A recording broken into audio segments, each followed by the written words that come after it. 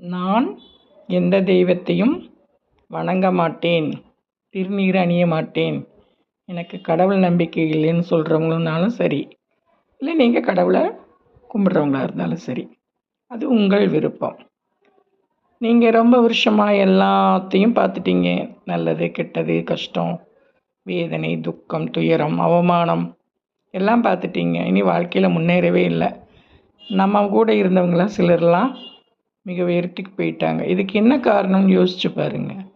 எல்லாருக்கும் உலகத்தில் தன்வினைக்கு ஒரு எதிர்வினை இருக்குது. அதான் கர்மா. நம்ம பிறக்கும்போதே அது கூட வர்றது.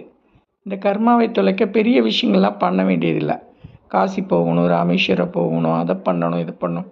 நம்மளால என்ன முடியுமோ, நம்மளுக்கு என்ன இருக்கோ. நீங்கள் பணக்காரராக இருந்தால் எல்லா பக்கமும் போயிட்டு வரலாம். நிம்மதி இல்லை, இது செய்கிறேன்னு. உங்களுக்கு ஒன்றுமே முடியல, நான் இப்போ ஜீரோவில் இருக்கேன் அப்படின்னு நினைக்கிறவங்க ஒன்றுமே செய்ய வேண்டாம். டெய்லி எறும்புகளுக்கு உணவு போடுங்க. நீங்கள் எந்த கடவுளையும் வணங்க வேண்டாம். யாரும் உங்களை கட்டாயப்படுத்தலை. அது உங்களுடைய நம்பிக்கை. சின்ன சின்ன பிராணிகள்னு எவ்வளவோ உலகத்தில் இருக்குது. குருவி, காக்காய், பட்சிகள், சிறிய சிறிய கண்ணுக்கு தெரியாத நிறைய இவ்வளோ உயிரினங்கள் இருக்குது. கொஞ்சம் பச்சரிசி போடுங்க. டெய்லி நீங்கள் சாப்பிட்ற உணவில் துணோண்டு காக்காய்க்கு வைங்க. இப்படி ஒவ்வொரு விஷயமா நீங்கள் செஞ்சாலே போதும்.